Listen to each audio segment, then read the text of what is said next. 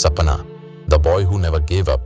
जयपुर के बाहरी इलाके में बसी झुग्गियों की गलियों में 14 साल का अर्जुन रोज तवे पर पस्तौ सेंकते हुए एक सपना देखता था। एक दिन मेरा भी नाम होगा, मेरी दुकान होगी, लोग मुझे पस्तौ वाला नहीं सर कहेंगे। उसके पिता कैलाश सड़क किनारे ठेले पर पस्तौ बेचते थे।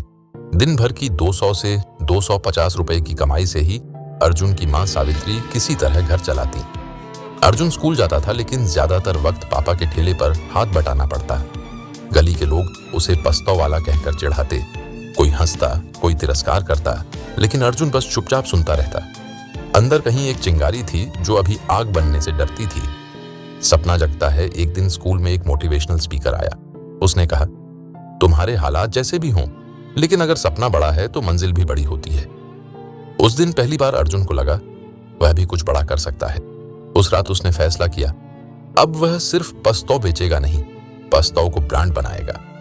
जब अर्जुन ने यह बात अपने पिता को बताई, वे हंस पड़े। पस्तौ बेचने में क्या ब्रांड बनेगा, तू पढ़ाई कर बस। अर्जुन थोड़ी देर के लिए चुप हो गया, लेकिन मां ने उसका सिर सहलाते हुए सिर्फ इतना कहा, अगर सपना सच्चा है तो हार मत मान। और उसी रात अर्जुन ने अपने कमरे की दीवार पर लिखा, I will turn mud into gold. मैं मिट्टी से सोना बनाऊंगा।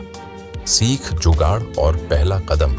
कंप्यूटर लैब में एक दिन उसे यूट्यूब पर एक वीडियो मिला, how to build a small business with zero investment.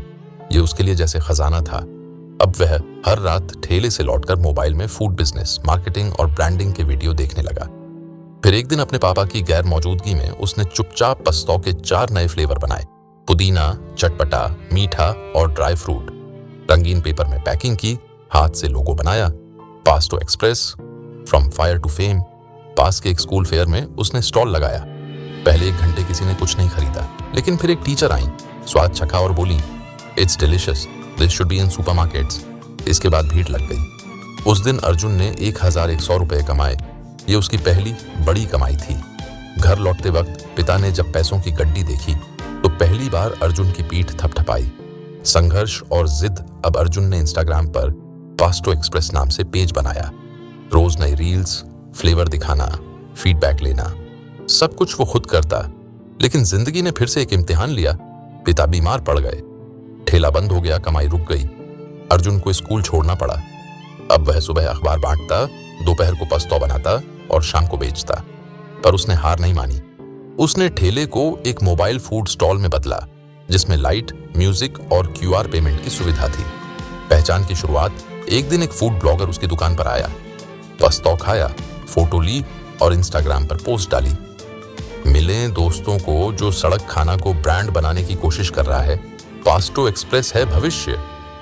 Post viral हो गई। अर्जुन को अगले हफ्ते 500 प्लस ऑनलाइन ऑर्डर मिले। अब वह अकेला नहीं था। 2 दोस्त समीरा और ईशान भी उससे जुड़ गए। सपने को उड़ान 6 महीने में अर्जुन ने एक छोटा स्टूडियो किचन किराए पर लिया। पैकिंग प्रोफेशनल हुई, वेबसाइट बनी और ब्रांड का पहला स्लोगन लिखा, पास्तो, दिल से देसी, स्वाद में इंटरनेशनल। राजस्थान के लोकल न्यूज चैनलों ने उसे चमत्कारी पस्तौ वाला कहा। एक इंटरव्यू में इन्फ्लुएंसर ने पूछा, तो इतना छोटा और इतना बड़ा सपना? अर्जुन मुस्कुराया और बोला, सपना छोटा हो तो नींद टूट जाती है, बड़ा हो तो नींद खुद टूट जाती है। समाज को लौटाना अपने स्कूल छोड़ने की पीड़ा को अर्जुन ने दूसरों के लिए अवसर में बदला।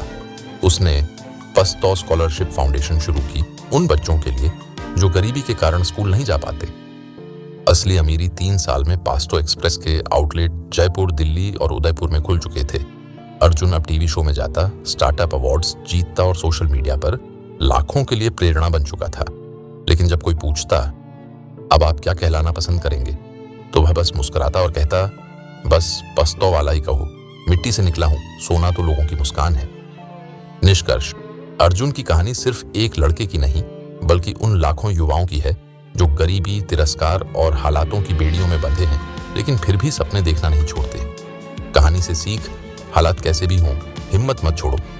छोटे काम में भी बड़ा सपना देखा जा सकता है। सीखने के साधन हर कोने में हैं, मोबाइल में भी। जो तिरस्कार करते हैं वही एक दिन तालियां भी बजाते हैं।